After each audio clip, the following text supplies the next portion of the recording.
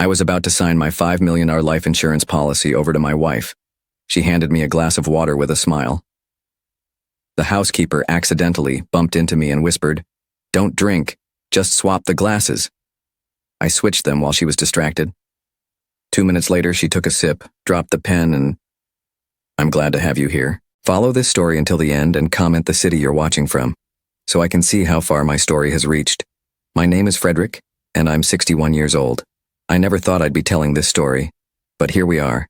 Sometimes the people closest to you are the ones you should fear the most, and sometimes salvation comes from the most unexpected places. It was a Tuesday morning in October when everything changed.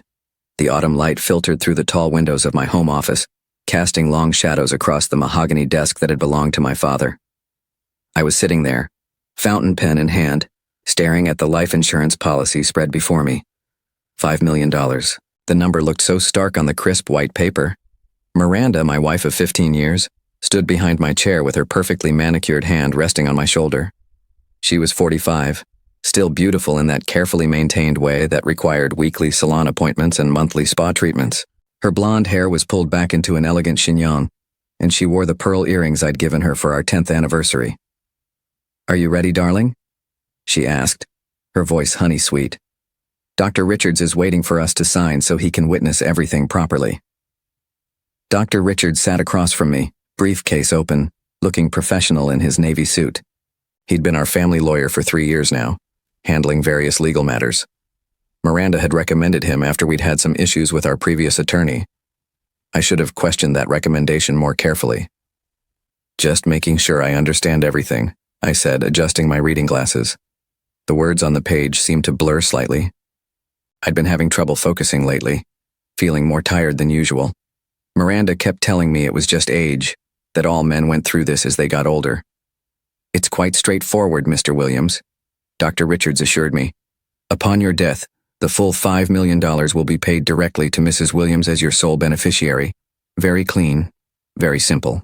I nodded, though something felt off. Maybe it was the way Miranda's fingers tightened slightly on my shoulder, or how Dr. Richards kept glancing at his watch. There was an urgency in the air that I couldn't quite place.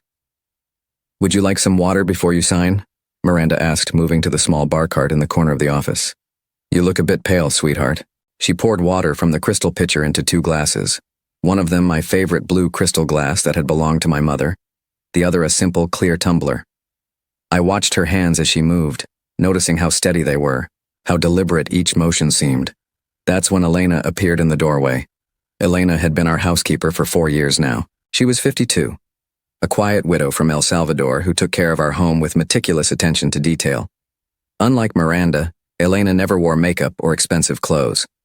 Her graying hair was always pulled back in a simple bun, and she moved through the house like a gentle ghost, appearing when needed and disappearing just as quietly. "Excuse me, Mrs. Williams," Elena said softly, her accent barely noticeable after all these years in America. "I brought fresh flowers for the office."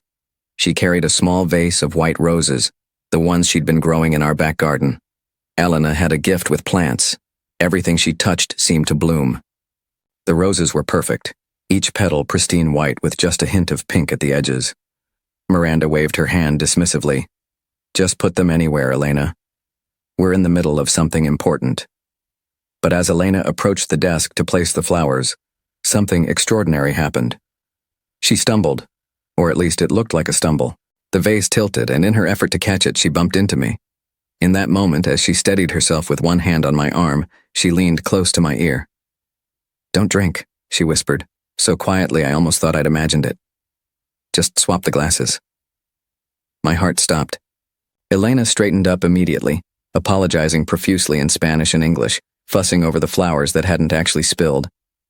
But her dark eyes met mine for just a second, and in that glance, I saw something that chilled me to the bone. Fear. Fear for me. Miranda rushed over, irritation flashing across her features. "Elena, please be more careful. Can't you see we're conducting business?" "I'm so sorry, Mrs. Williams. So sorry, Mr. Williams. I'll clean this up and leave you alone." But the damage was done. Elena's whispered words echoed in my mind as she fussed around the desk, straightening papers and adjusting the flower vase. "Don't drink, swap the glasses." What did she know that I didn't? Miranda returned to the bar cart, picking up both glasses of water. "Here you go, darling," she said, handing me the blue crystal glass. My mother's glass, the one she'd poured first. My hand trembled slightly as I took it. Elena was still in the room, now dusting the bookshelf behind Dr. Richards, but I could feel her presence like a guardian angel. Whatever she'd seen, whatever she knew, it had been important enough for her to risk everything by warning me. "Thank you," I managed to say to Miranda, my voice sounding strange to my own ears. Miranda picked up her own glass and raised it slightly. "To our future security," she said with a smile that didn't reach her eyes. That's when I made the decision that would save my life. As Miranda turned to say something to Dr. Richards about the paperwork, I quickly switched our glasses. The blue crystal glass went to where hers had been, and I took the clear tumbler. My heart was pounding so hard I was sure everyone could hear it. Elena caught my eye from across the room and gave the tiniest nod of approval before looking away. Miranda turned back to me, glass in hand. "Shall we toast before you sign?" "Of course," I said, raising my glass, the clear one that had originally been hers. We both lifted our glasses to our lips. I pretended to sip, barely letting the water touch my tongue. Miranda, however, took a real drink. A generous sip from what she thought was her own glass but was actually mine. For a moment, nothing happened. Dr. Richards was organizing papers, talking about witnessing requirements. Miranda set her glass down and moved to stand behind me again. "Whenever you're ready, Frederick," she said. I lifted the pen, my hand shaking slightly, but before I could touch it to paper, Miranda made a small sound, almost like a hiccup. I looked up to see her face had gone pale. "Are you all right, dear?" I asked, though something cold was spreading through my chest. She started, then her hand went to her throat. "I feel dizzy." Dr. Richards looked up sharply from his paperwork. "Miranda, what's wrong?" She swayed on her feet, one hand gripping the back of my chair. "Something's not right, I feel." Her words became slurred, her eyes unfocused, and then she collapsed. The pen fell from my hand as I jumped up to catch her, but she was already on the floor, unconscious. Dr. Richards was on his feet, his face white with panic. "Call 911, he shouted, dropping to his knees beside Miranda. But I couldn't move.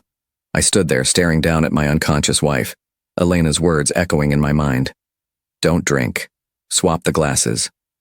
Elena appeared at my side as if from nowhere. "I'll call the ambulance," she said quietly, but her eyes weren't on Miranda. They were on me, filled with something I was only beginning to understand. Relief. As sirens wailed in the distance and Dr. Richards performed CPR on my wife, one thought kept running through my head like a prayer. Elena had saved my life. But from what? And more terrifying still, from whom? The woman I'd been married to for 15 years lay unconscious on my office floor, and I was beginning to realize I might not know her at all. The hospital waiting room smelled of disinfectant and fear. I sat in an uncomfortable plastic chair, still wearing the same clothes from that morning, though it felt like a lifetime ago. Miranda had been unconscious for 6 hours now. The doctors said she'd ingested some kind of natural sedative, valerian root, they thought, mixed with something else that made it much stronger than normal. Dr. Richards had left 2 hours earlier, claiming he had other appointments. His hasty departure struck me as odd, but then again everything seemed odd now. The world had shifted, and I wasn't sure what was real anymore. Elena sat beside me, her hands folded in her lap. She'd insisted on coming to the hospital, saying it was her duty as part of the household. But I knew better now. She was here because she was the only person who truly understood what had happened. "Elena," I said quietly, my voice hoarse from hours of silence. "We need to talk." She nodded, her dark eyes meeting mine. "Yes, Mr. Williams, we do." We moved to a small chapel near the hospital's main lobby. It was empty except for a few wooden pews and a simple cross on the wall. The silence here felt different, peaceful rather than tense. "You saved my life today," I said, settling onto a pew beside her. "You knew something was in that glass." Elena's weathered hands twisted in her lap. She'd removed her apron when we left the house, and without it she looked smaller, more vulnerable. But her voice was steady when she spoke. "Mr. Williams, I need to show you something. I should have shown you weeks ago, but I was scared. I didn't know if you would believe me." She reached into her small black purse and pulled out a composition notebook, the kind children use in school.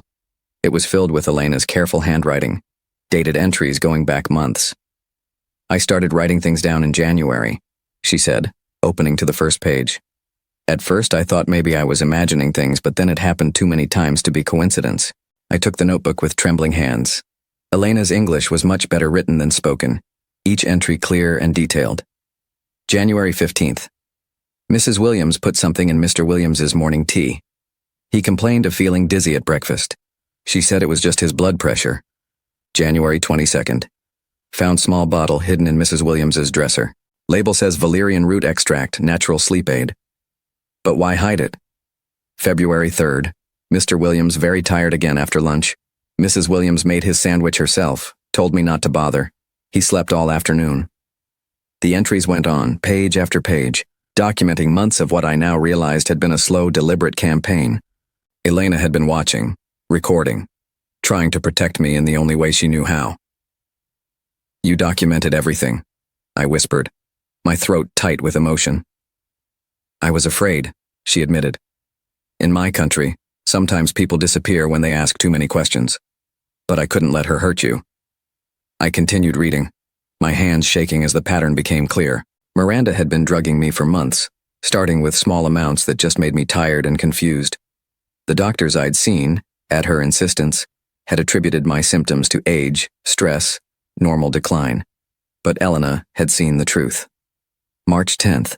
Mrs. Williams met with Dr. Richards at the house when Mr. Williams was napping. They talked very quietly in the kitchen.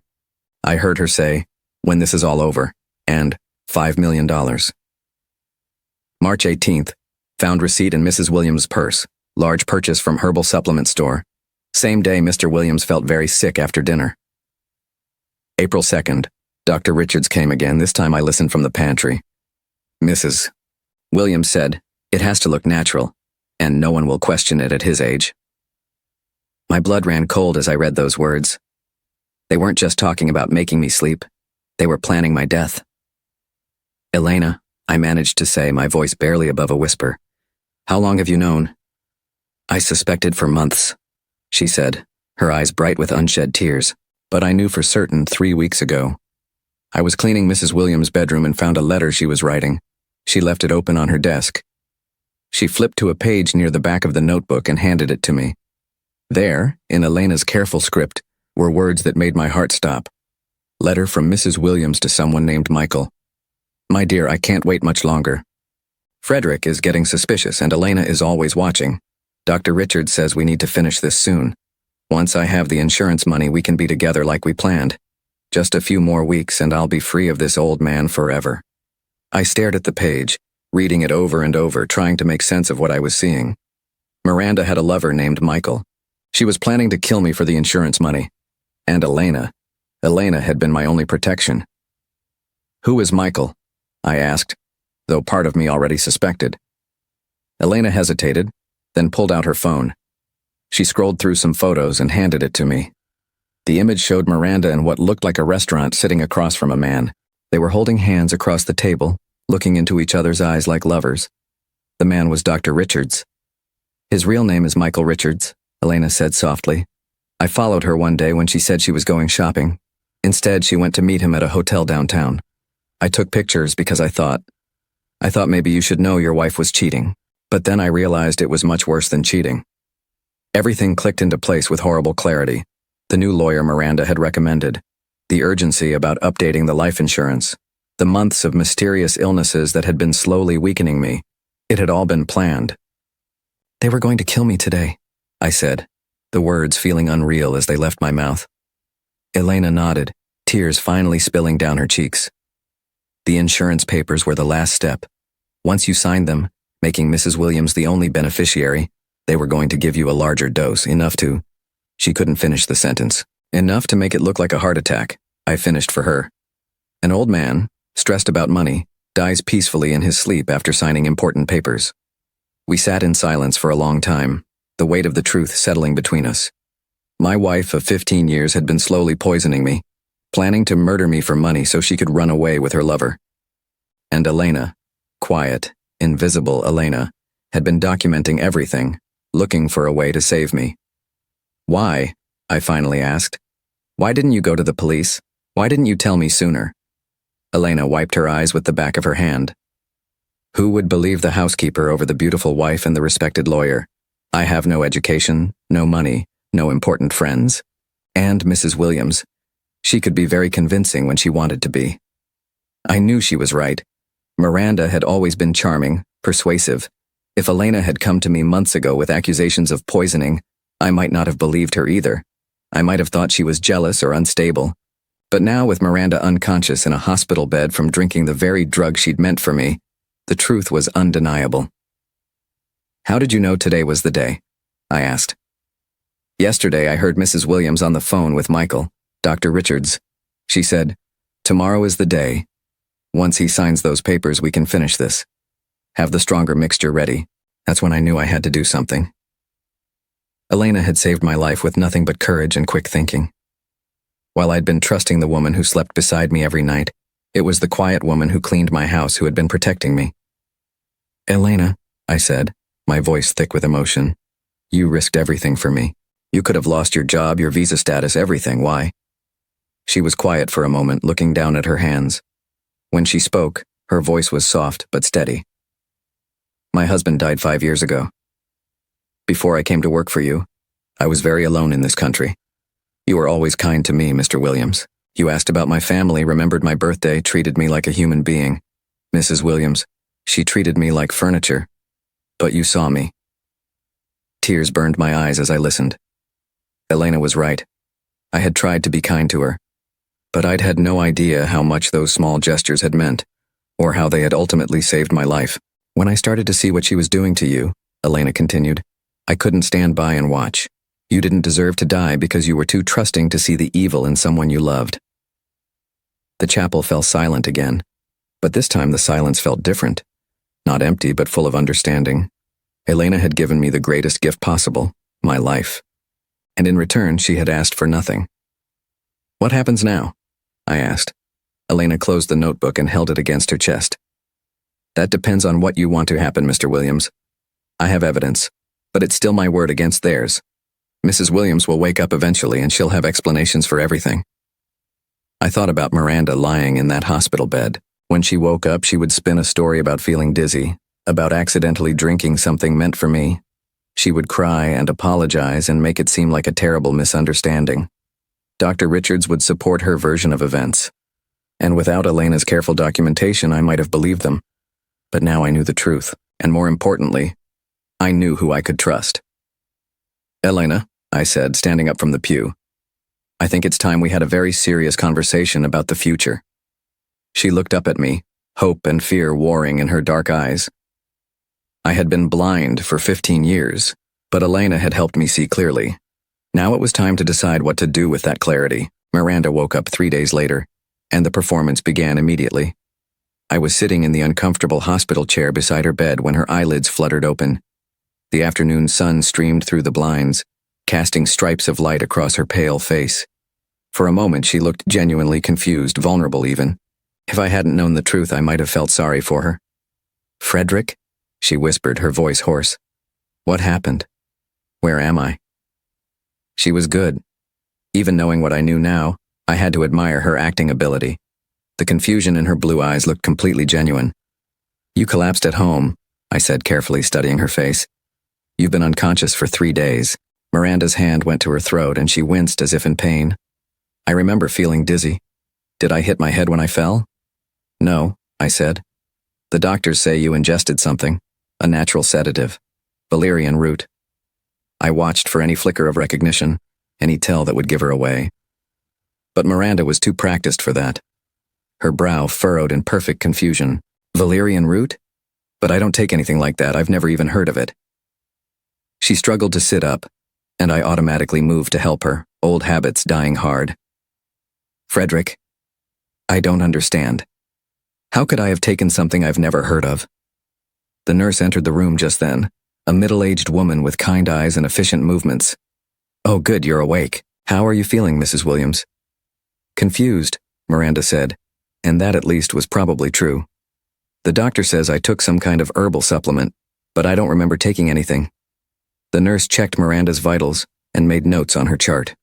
Memory gaps aren't uncommon after this kind of incident. The important thing is that you're stable now. "Doctor, Martinez will want to see you in about an hour. After the nurse left, Miranda reached for my hand. Her fingers were cold, and I noticed how they trembled slightly. Whether from fear or lingering effects of the sedative, I couldn't tell. "Frederick, I'm scared," she said, her voice small. "What if someone poisoned me? What if they were trying to hurt us both and I accidentally drank something meant for you?" It was a clever deflection. I had to give her that. Turn herself into the victim while planting the seed that someone else was the real threat. But I wasn't the same trusting man I'd been 3 days ago. "Who would want to hurt us?" I asked, keeping my voice neutral. Miranda's grip on my hand tightened. "I don't know, but Frederick, we need to be careful. Maybe we should cancel that insurance policy until we figure out what happened." There it was, her first real mistake. The insurance policy hadn't been mentioned since she'd collapsed. If she truly had no memory of recent events, how would she even remember we'd been about to sign it? I pulled my hand away gently. "Miranda, I need to ask you something, and I want you to be completely honest with me." Something flickered in her eyes then, just for a second, and I saw the calculation behind the confusion. But she recovered quickly. "Of course, darling. What is it? Do you know anyone named Michael?" The color drained from her face so completely that for a moment I thought she might faint again, but she rallied, forcing a weak smile.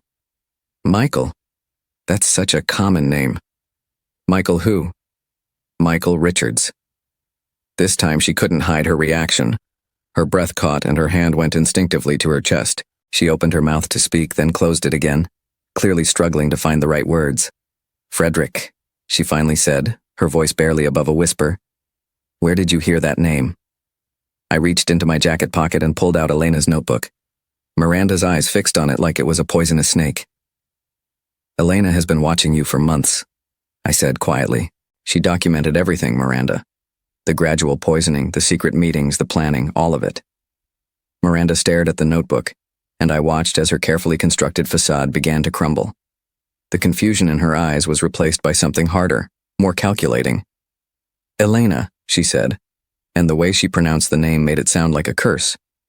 "That woman has always been jealous of me. Frederick, surely you can't believe the word of a housekeeper over your own wife." "She has photos," I said. Miranda's composure cracked completely then. She pushed herself up in the hospital bed, her face flushed with sudden anger. "Photos of what? Of me having lunch with our lawyer? Frederick, Michael Richards is our attorney. Of course I've met with him." "At the Marriott downtown? In the restaurant where you were holding hands and looking at each other like lovers?" Miranda's mouth opened and closed soundlessly. For the first time since I'd known her, she seemed to be at a complete loss for words. "I saw the letter too," I continued, my voice still calm despite the storm of emotions inside me. "The one where you called me this old man and talked about being free once you had the insurance money." The transformation was startling. The vulnerable, confused woman in the hospital bed disappeared completely, replaced by someone I didn't recognize. Miranda's face hardened, her blue eyes turning cold as winter ice. "Fine," she said, her voice sharp as a blade. "You want the truth? Here's the truth, Frederick. Yes, I've been seeing Michael. Yes, we love each other. And yes, I wanted out of this marriage." The admission hit me like a physical blow, even though I'd been expecting it. Hearing her say it out loud, seeing the lack of remorse in her eyes made it real in a way that reading about it hadn't. "But poisoning me?" I asked. "Planning to kill me?" Miranda laughed, a harsh sound that had no humor in it. "Kill you? Frederick, don't be so dramatic. I was just giving you a little help sleeping. You've been so stressed lately, so worried about money and aging. I was helping you relax, with doses large enough to eventually stop my heart." Her eyes flashed with something dangerous. "You can't prove that. And even if you could, who's going to believe it? A confused old man manipulated by his jealous housekeeper against his loving wife?" I stared at her. This woman I'd shared a bed with for 15 years, and realized I was looking at a complete stranger. The Miranda I thought I'd married had never existed at all. "You're right," I said finally. "It would be hard to prove in court. Good thing I'm not planning to take it to court." Miranda frowned, uncertainty creeping back into her expression. "What do you mean?" I stood up, tucking Elena's notebook back into my jacket. "I mean, I'm done, Miranda. I'm filing for divorce. You can keep fighting for the insurance money if you want, but you won't get it. I'm changing all my beneficiaries." "You can't do that." She struggled to get out of bed, but the IV line and her weakness kept her trapped. Frederick, we can work this out. I made a mistake with Michael, but I still love you. We can go to counseling. You tried to kill me, I said simply. There's no coming back from that. Miranda's face cycled through a range of emotions: anger, desperation, calculation. Finally, she settled on rage. You'll regret this, she spat. I'll take you for everything you have. I'll destroy you, Frederick. I'll make sure everyone knows what kind of man you really are. I walked toward the door, then paused and looked back at her. She was sitting up in the hospital bed, her blonde hair disheveled, her face twisted with fury. She looked like a beautiful monster. The kind of man who was saved by his housekeeper because she cared enough to protect him, I said. I think I can live with that reputation. I left her there, screaming threats at my retreating figure. But for the first time in months, I felt free. Elena was waiting in the hospital lobby, sitting quietly in a chair by the window. She stood when she saw me, her dark eyes searching my face. How did it go? She asked. About as well as you'd expect, I said. She admitted everything, then threatened to destroy me when I told her I was filing for divorce. Elena nodded as if she'd expected nothing less. What will you do now? I looked at this woman who had saved my life, who had asked for nothing in return, who had shown me more loyalty than my own wife. Elena, who tended my garden and brought fresh flowers to brighten my office. Elena, who remembered my coffee preferences and noticed when I seemed tired. Elena, who had seen me as a human being worth protecting when my own wife had seen me as nothing more than a bank account. I'd like to take you to dinner, I said, if you're willing. I think we have a lot to talk about. Elena's face lit up with the first real smile I'd seen from her in months. I would like that very much, Mr. Williams. Frederick, I corrected gently. Just Frederick. As we walked out of the hospital together, I felt like I was walking into a completely new life. Behind me lay 15 years of lies and betrayal. Ahead lay uncertainty, but also possibility. And beside me walked the woman who had given me the chance to have a future at all. The restaurant Elena chose was nothing like the places Miranda used to insist on. No crystal chandeliers or white tablecloths here, just warm lighting, comfortable wooden tables, and the smell of authentic Mexican food. Elena had suggested it hesitantly, worried it wasn't fancy enough, but it was perfect. For the first time in years, I was somewhere that felt real. We sat across from each other in a corner booth, 2 cups of coffee growing cold between us as we talked. Elena had changed out of her usual work clothes into a simple blue dress that brought out the warmth in her dark eyes. Without the formality of our employer-employee relationship between us, I was seeing her differently. Not as my housekeeper, but as the remarkable woman who had saved my life. You know, I said, stirring sugar into my coffee, I realized today that I don't know very much about you. In 4 years, I never asked about your life before you came to work for us. Elena looked down at her hands. You were always kind to ask about my family, about my day. That was more than most employers do. But I never asked about your dreams, your hopes. I never asked what you wanted from life. She was quiet for a long moment, and I wondered if I'd overstepped somehow. But when she looked up, her eyes were thoughtful rather than uncomfortable. I wanted to be a teacher, she said softly. Back in El Salvador, I taught elementary school for 12 years. I loved those children, loved watching their faces when they understood something new. Why did you leave? Elena's expression grew sad. My husband, Carlos, was a journalist. He wrote articles about corruption in our local government. One day, some men came to our house and told him to stop writing or there would be consequences. She paused, her voice growing quieter. Carlos said he couldn't stop telling the truth. 2 weeks later, he was killed in what they called a car accident. I felt a chill run down my spine. Elena, I'm so sorry. She nodded, her fingers wrapped around her coffee cup as if drawing warmth from it. I knew I had to leave. The same men who killed Carlos made it clear I wasn't welcome in my hometown anymore. I came to America with nothing. No money, no English, no family. I couldn't teach here because my credentials weren't recognized, and my English wasn't good enough anyway, so you became a housekeeper. It was work I could find, she said simply, and it let me stay invisible, which felt safer. I sent most of my money back to my sister in El Salvador. She has 4 children, and her husband left her. I stared at Elena, seeing her with completely new eyes. Here was a woman who had lost everything, her husband, her career, her home, her country, and had started over with nothing but courage and determination. She'd spent 4 years cleaning houses and sending money to her sister while living in a tiny apartment and asking for nothing. Meanwhile, Miranda had spent 15 years complaining about not having enough designer clothes. "Elena," I said carefully, "what would you do if you could do anything? If money and visas and credentials weren't problems?" She smiled, a real smile that transformed her entire face. "I would teach again, maybe ESL, English as a second language. Help other immigrants like me learn to navigate this country." She paused, then added shyly, "I would also like to have a garden. A real garden where I could grow vegetables and flowers and maybe keep some chickens." The simplicity and honesty of her dreams hit me harder than any of Miranda's expensive demands ever had. Elena wanted to help others and grow things. She wanted to nurture and create rather than take and consume. "What about travel?" I asked. "Have you seen much of America?" Elena shook her head. "Only the bus trip from the border to here. I always wanted to see the Grand Canyon, maybe the ocean. Carlos and I used to dream about visiting all the national parks." Her voice grew wistful. "He would have loved Yellowstone, I think. He was always fascinated by geology." An idea began to form in my mind, tentative at first, but growing stronger as I looked at this woman who had given me back my life. "Elena," I said, "I have a proposition for you." She tilted her head, curious but cautious. "I'm 61 years old," I continued. "I have more money than I know what to do with, and thanks to you I have the rest of my life ahead of me instead of an early grave. I don't want to spend that life alone in a house full of bad memories." Elena's eyes widened slightly, but she remained silent. "I'm going to sell the house," I said. All of it. The house, most of the furniture, everything that reminds me of Miranda. I want to travel, see the country, maybe find a small place somewhere peaceful to settle down." "That sounds wonderful," Elena said softly. "I want you to come with me." The words hung in the air between us. Elena stared at me, her coffee cup frozen halfway to her lips. "Mr. Williams, Frederick," I corrected.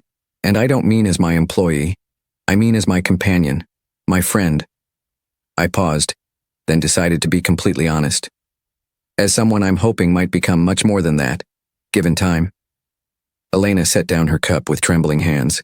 "Frederick, you don't owe me anything. I didn't save you because I wanted a reward." "I know that," I said. "That's exactly why I'm asking. Elena, you've shown me what real loyalty looks like, what genuine care looks like. You've shown me that there are still good people in the world. I don't want to lose that." She was quiet for so long that I began to worry I'd misread everything, that I'd made her uncomfortable with my proposal. But when she finally spoke, her voice was thick with emotion. "You would do that? Give up your life here to travel with me?" "What life?" I asked. "Elena, that house is just a building full of lies. My wife tried to kill me. My friends are mostly her friends, and I've spent the last 15 years living someone else's idea of what my life should be." I leaned forward, willing her to understand. "You've given me the chance to start over. I don't want to waste it." Elena's eyes filled with tears, but she was smiling. "Where would we go?" "Wherever you want," I said. "The Grand Canyon first, maybe, then Yellowstone. We could take our time, see everything Carlos would have wanted to see. And when we're ready to settle down, we'll find a place with room for that garden you want." "And chickens?" she asked, laughing through her tears. "As many chickens as you want." Elena wiped her eyes with her napkin, then looked at me with an expression I'd never seen before, hope mixed with something that might have been love. "There's something you should know," she said. "I've been in love with you for 2 years." The confession hit me like a physical force. "Elena." "I know it was wrong," she said quickly. "You were married, and I was your employee. I never would have said anything or acted on it. But when I saw what Mrs. Williams was doing to you, when I realized she was trying to kill the man I loved." She shook her head. "I couldn't let that happen." I reached across the table and took her hands in mine. They were small and work-worn, with calluses from gardening and cleaning, but they were the most beautiful hands I'd ever held. "You saved me in more ways than you know," I said. "Elena, I want to spend whatever years I have left making you happy. Will you let me try?" She squeezed my hands, her dark eyes bright with tears and joy. "Yes," she whispered. "Yes, I will." We sat there in that little Mexican restaurant, holding hands across a worn wooden table, and I felt something I hadn't felt in decades. Genuine happiness, not the shallow pleasure of expensive things or social status, but the deep contentment that comes from being with someone who truly sees and values you. There's one more thing, I said. I'm changing my will. Everything I have, the house sale, my investments, my pension, everything, I want to leave it all to you. Elena's eyes widened in shock. Frederick, no. That's too much. I know you don't need it, I said. That's exactly why I want you to have it. Miranda saw dollar signs when she looked at me. You see a person worth protecting. The difference means everything. She was crying now, tears of joy and overwhelming emotion. I don't know what to say. Say you'll come with me to the Grand Canyon next week. Elena laughed, a sound more beautiful than any music I'd ever heard.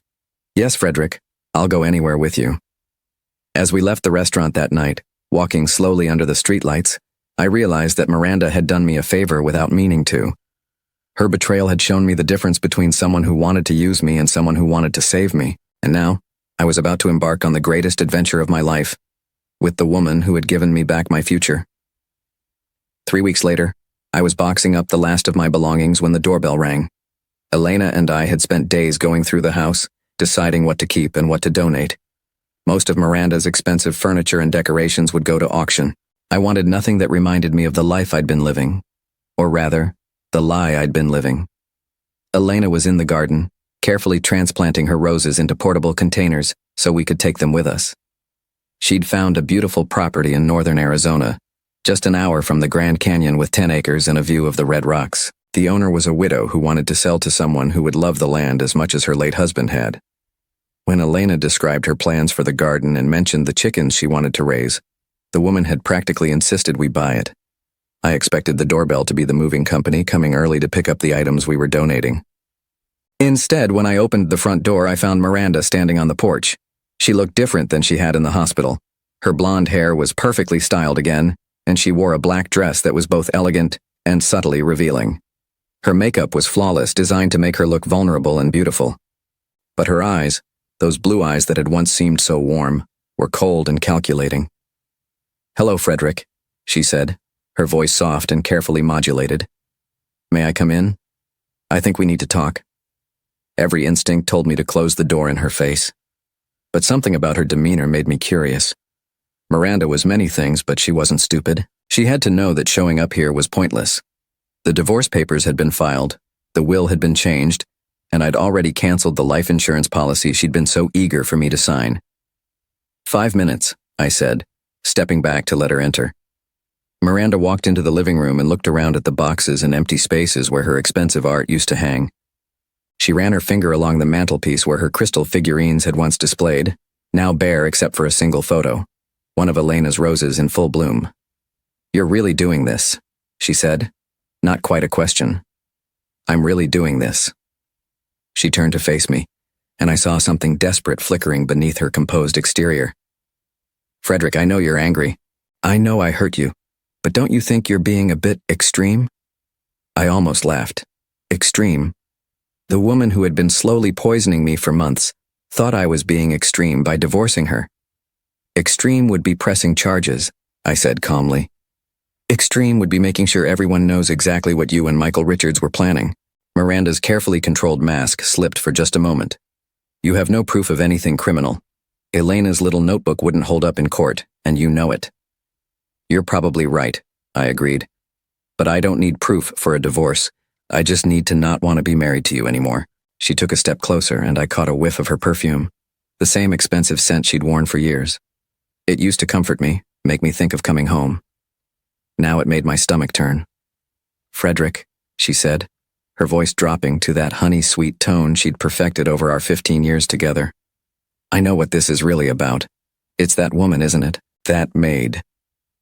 "Elena is not a maid," I said, my voice sharper than I'd intended. "She's a teacher who was forced to leave her country. She's a widow who rebuilt her life from nothing. She's a person with dignity and integrity, concepts you might not be familiar with." Miranda's eyes flashed with anger, but she recovered quickly. "Oh, Frederick, you poor, naive man. Don't you see what she's done? She's manipulated you, turned you against me. She probably planned this whole thing from the beginning." "Really?" I asked. "Elena planned for you to poison me? She somehow forced you to have an affair with Michael Richards? She made you write those letters about wanting me dead. She saw an opportunity." Miranda said, her voice becoming more insistent. A lonely old man, a failing marriage. She played the part of the faithful servant while undermining me at every turn. And now look, she's convinced you to give her everything. I stared at Miranda, genuinely amazed by her ability to rewrite reality. Even now, caught in her lies, facing the complete destruction of her plans, she was trying to paint herself as the victim. You know what the difference is between you and Elena? I said quietly. When Elena saw me in danger, she protected me. When you saw me vulnerable, you tried to exploit me. Miranda's composure finally cracked completely, her beautiful face twisted with rage and desperation. You're making the biggest mistake of your life, she snapped. I am your wife. I gave you 15 years of my life, and this is how you repay me. By throwing me away for some illegal immigrant who cleans toilets for a living? The venom in her voice when she spoke about Elena made something cold and hard settle in my chest. This was who Miranda really was. Not the charming woman who had swept me off my feet after my first wife died, but this cruel, grasping creature who saw other human beings as either useful or disposable. Elena has her green card, I said evenly, and she saved more money in 4 years than you've managed in 15, because she doesn't spend every penny on things designed to impress people she doesn't even like. Miranda's hands clenched into fists at her sides. Fine, be with your precious Elena, but don't think this is over, Frederick. I'll fight the divorce. I'll take half of everything you have. I'll make sure everyone knows you abandoned your wife for the help. Go ahead, I said. But you might want to check the post-nuptial agreement you signed 3 years ago. The color drained from Miranda's face. What post-nuptial agreement? The one you signed when you insisted we needed to protect our assets after your friend Susan got divorced, remember? You were so focused on making sure I couldn't take anything from you in a divorce that you didn't pay much attention to the reciprocal clauses. I watched as understanding dawned in her eyes. She had been so confident that she would outlive me, so certain that the divorce scenario would never apply to her, that she'd signed away her rights to anything I'd owned before our marriage, which was almost everything. You son of a bitch, she whispered. Actually, said a voice from the doorway, he's a very kind man who deserves much better than what you gave him. We both turned to see Elena standing in the entrance to the living room, a tray of coffee in her hands. She'd obviously heard at least part of our conversation, but her expression was calm and composed. Miranda's face contorted with hatred as she looked at Elena.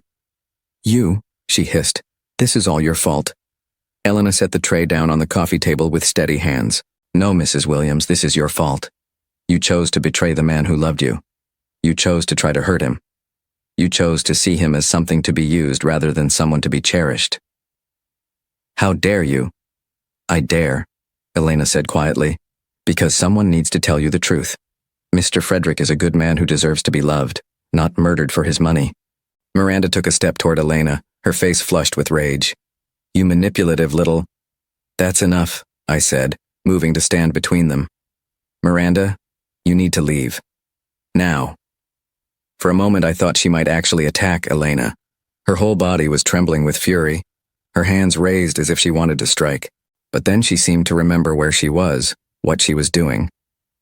This isn't over, she said, her voice low and threatening. You'll both regret this.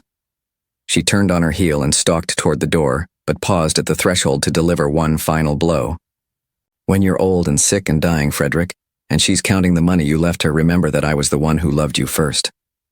The door slammed behind her with enough force to rattle the windows. Elena and I stood in the sudden silence, looking at each other across the empty room. Then Elena did something that surprised me. She started laughing. Not bitter laughter, but genuine amusement. What's funny? I asked. She said she loved you first, Elena said, wiping tears of laughter from her eyes. But love isn't about being first, Frederick. It's about being true. I crossed the room and took her in my arms, breathing in the scent of roses and earth that clung to her hair. She was right, of course. Miranda had been first, but Elena was real. Are you worried? I asked. About what she might try to do? Elena looked up at me, her dark eyes serious but unafraid. Let her try, she said. We have truth on our side. And Frederick? Yes. We have each other. Outside, I heard the sound of Miranda's car driving away, taking with it the last remnant of the life I used to live. Tomorrow, Elena and I would begin our drive to Arizona, to the red rocks and wide skies where we would build something new together. I wasn't afraid of Miranda's threats anymore. 2 years later, I woke up to the sound of chickens clucking outside my bedroom window and Elena humming softly in the kitchen. For a moment, I just lay there, savoring the peace of it. No tension, no undercurrent of manipulation, no walking on eggshells. Just the simple pleasure of knowing that the person I loved was happy and safe. Our house in Arizona was nothing like the mansion I'd shared with Miranda. It was smaller, simpler, with adobe walls and wooden beams that Elena had insisted we install ourselves. A house should be built with love, she'd said, and somehow we'd managed it, despite my complete lack of construction experience and her tendency to laugh at my attempts to use power tools. I pulled on my robe and walked to the kitchen, where Elena was making coffee in the French press she'd bought at a local market. She wore a simple cotton dress and had her hair pulled back in a braid. At 54, she was more beautiful than ever, her face glowing with contentment and purpose. "Good morning, mi amor," she said, rising on her tiptoes to kiss my cheek. Even after all this time, the endearment made my heart skip. "Good morning, beautiful. How are the chickens?" Elena laughed. "Henrietta laid 3 eggs this morning. I think she's showing off for the new rooster." We'd named all 12 chickens, much to the amusement of our nearest neighbor, Tom, who lived a mile down the road.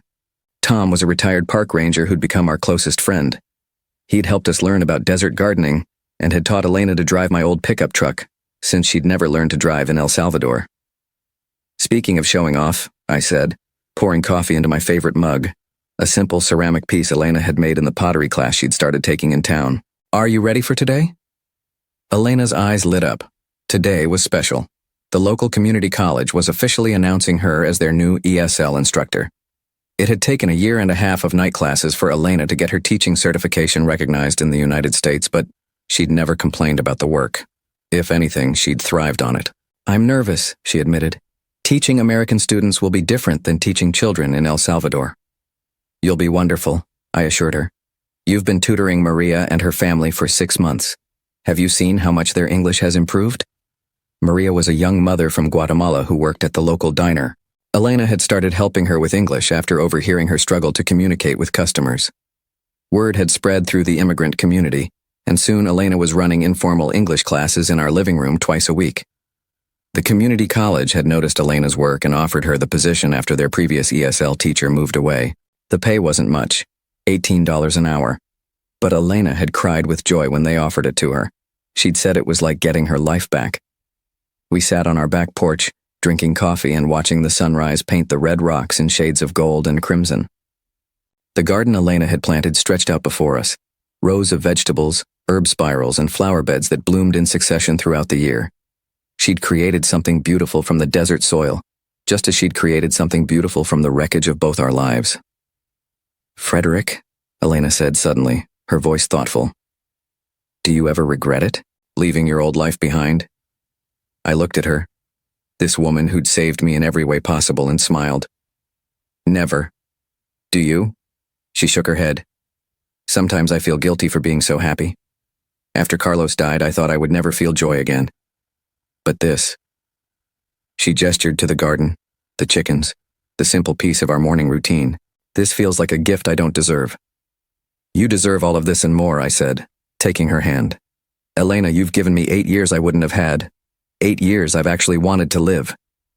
It was true. At 63, I felt more alive than I had in decades. We'd traveled together, the Grand Canyon, Yellowstone, the Pacific Coast. We'd seen geysers and giant sequoias and sunsets over the ocean. But more than the places we'd visited, I treasured the quiet moments.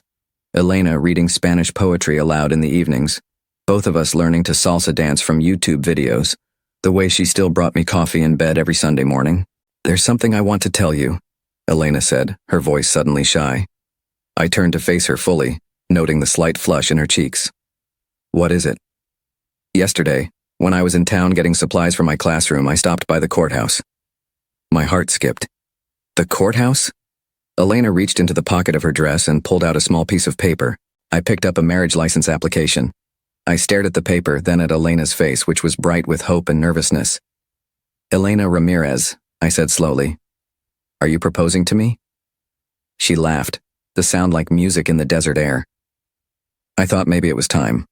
We've been together 2 years, and She took a deep breath. "I want to be your wife, Frederick. Really your wife, not just your companion." I'd been thinking about marriage for months, but I hadn't wanted to pressure her. Elena had been through so much trauma with Carlos's death and the upheaval of immigration. I'd wanted to give her all the time she needed to feel secure. But looking at her now, holding that marriage license application like it was a treasure map, I realized she was ready. We both were. Yes, I said, pulling her into my arms. Yes, absolutely yes. Elena threw her arms around my neck, laughing and crying at the same time. Really, you want to marry me? You want to? Elena, I've wanted to marry you since that first night we had dinner together. I just wanted to make sure you felt safe enough, loved enough. I've never felt safer, she said against my shoulder. You gave me a home, Frederick. Not just this house, but a real home. We held each other as the sun climbed higher, painting the desert in brilliant colors. After a while, Elena pulled back and looked at me seriously. There's one more thing, she said. I called my sister Rosa yesterday. She wants to come visit us. I smiled. Rosa lived in Los Angeles now with her 4 children, working as a seamstress. Elena sent her money every month and called her every Sunday, but they hadn't seen each other in person for 3 years. That's wonderful, I said. When is she coming? Next month, for the wedding. Elena grinned. She said she wants to meet the man who made her little sister so happy. Over the next 4 weeks, we planned a simple wedding ceremony in our garden. Tom would officiate. He'd gotten ordained online specifically for the occasion.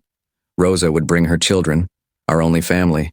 The community college faculty would come, along with Maria and the other families from Elena's English classes. The morning of the wedding, I stood in our garden wearing the simple white shirt and black pants Elena had chosen for me. She'd insisted on buying a traditional Mexican wedding dress, white cotton with intricate embroidery. And when she appeared at the garden gate, I felt my breath catch. She was radiant, carrying a bouquet of roses from her own garden, her dark hair crowned with a wreath of white flowers. At 54, she was the most beautiful bride I'd ever seen.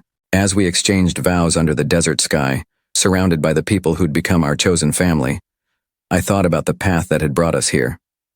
Miranda's betrayal had nearly destroyed me, but it had also led me to Elena. Without that darkness, I might never have recognized the light. I promise to love you, protect you, and cherish you for all the days of my life, Elena said, her voice clear and strong. You saved me, Frederick, and I will spend the rest of my life being grateful for that gift. Elena, I said, my own voice thick with emotion. You didn't just save my life, you gave me a life worth living. I promise to love you with everything I have, for as long as I have. Tom pronounced us husband and wife, and as I kissed Elena for the first time as her husband, I heard the chickens clucking and the wind rustling through her garden. It was perfect. That evening, as our guests danced to music from Rosa's portable speaker, and the children chased fireflies among the flowers, Elena and I sat on our porch swing, watching our little world celebrate. Are you happy? I asked, though I could see the answer in her glowing face. I'm more than happy, she said, nestling against my shoulder. I'm home. Today I got a letter forwarded from my old address. Miranda had finally married Michael Richards, but, according to the private investigator I'd hired to keep track of legal proceedings, their prenuptial agreement was ironclad. She'd get nothing if they divorced, and Michael had already been seen with other women. I showed the report to Elena, then threw it in the fireplace. Miranda was no longer part of my story.